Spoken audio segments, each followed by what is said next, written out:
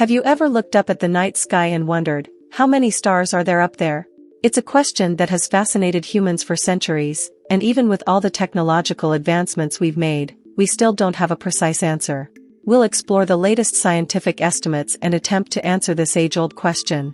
Scientists have been studying the stars for centuries, and in recent years, they've made some incredible discoveries. Using powerful telescopes and advanced computer simulations, astronomers have estimated that there are over 100 billion stars in the Milky Way galaxy alone. And that's just one galaxy out of the estimated 2 trillion galaxies in the observable universe. The Hubble Space Telescope, which was launched in 1990, has been instrumental in helping scientists study the stars. It has captured stunning images of galaxies, nebulas, and other celestial objects that are too distant to be seen with the naked eye. Thanks to the Hubble, we now have a better understanding of the universe and the incredible number of stars that fill it.